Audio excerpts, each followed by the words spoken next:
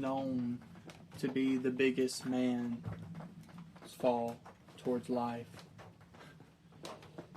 Us humans are a naturally prideful people.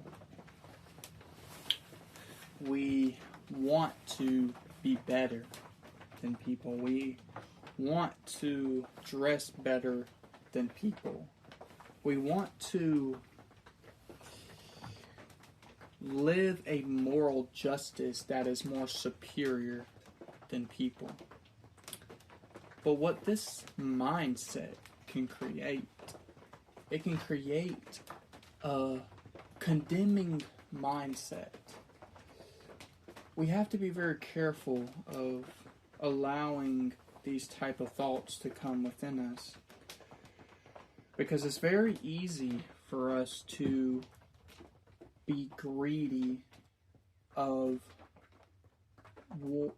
who we are. What do I mean by that? When you buy a nice jacket, your greediness can develop in a prideful way of, I have these many jackets. I can afford this jacket. Because of this money, this makes me better than whoever is around me. Or a video game. When you're playing a game. When you get a better score than someone. The more you allow that score to develop a sense of betterness, it can create a urge of prideful to lead to condemn, making you more of a higher being than what someone else must be. We have to be very careful of these mindsets, because it is God's worst thing that He dislikes, because pride allows us to think of ourselves more higher, that we're always a better person than someone else. But this mindset is not the way Jesus calls us to be, because it is not our place to condemn, it's not our place to judge when we ourselves are sitting in a greedful and prideful manner. Jesus called us to be humble, because when you are humble, it allows you to be earnest. It allows you to understand the reasonings of why someone has this, or why someone has experienced this, or going through this. And then it creates gratefulness. It creates a mindset of praise, of grace, thankful that we have what we have because of God.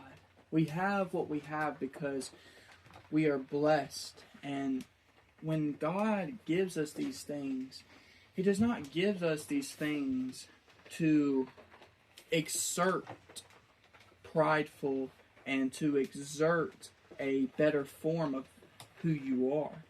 Instead, He gives us these things to give, to help people understand that there is a giver, there is a provider.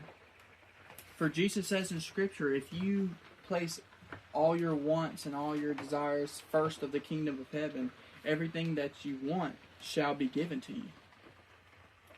But people get led astray through their desires, through their wants, because pride makes them have a self-dignity that they are of higher calling of justice. That since they have or been born with these capabilities, that it gives them the power and the authority to condemn and to hurt others of things that they cannot help, all because their desires and all because of their lustful thoughts of within themselves creates this atrocity of destruction which walks the earth. God calls us to be loving and kind, but pride builds arrogance. Pride puts God below you and you above God, because you believe that every decision you make is better. You believe that every choice you live is always better. But God says that if you continue to live in this prideful mindset, He will feed you to a feeble mind and allow you to live out the sowing that you are reaping. When we are prideful, it disrupts our heart from being able to see clearly. It creates a spiritual blindness. What do I mean? When you become prideful, it leads you to a world of questions, but questioning God. Because when you forget who created all things, when you forget love and meekfulness and giving, and where all that comes from, you start to create your own reality through your pride that you created. Everyone can have their own subjective morals, but that doesn't mean that that makes them true. We have to be very careful living that way also. Because when you live a subjective moral life based on your own credits of people and of within yourself, it makes us, one, alone from within ourselves. Two, it doesn't give us a source of knowing who to call and where to go from, because it leads us away from what's given us all these things. It creates a mindset of just you and you. And so when you continue to live that lifestyle out, it draws you further and further and further away from God. Because then you start to develop, I don't need God anymore. I've done everything by myself. I've got these clothes on my body because of myself. That is what a prideful mindset will do if you continue to allow it to develop your character. And eventually, you will believe that you are a God within yourself. A great example, when we look at the time of Babylon, when people were trying to build that tower to the very top of heaven, because they believed that if they could get to heaven, they could be kings. God saw their hearts, the ways that they united each other. So what did God do?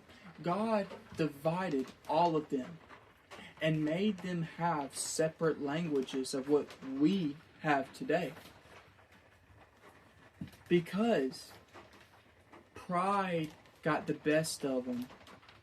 Pride made them believe that they had the power to do these things, to overpower God. But God never gave us these gifts to unite in those ways. God never gave us these abilities and these gifts that He allows us to have to use through pride.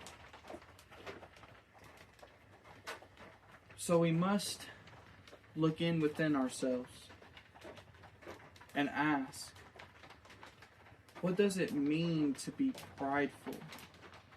And how are we condemning others? How are we leading our own selves to damnation through our desires, through our wants, to turn our minds above God and put God below? We must be humble, for the humbleness is what turns to thankfulness and praise.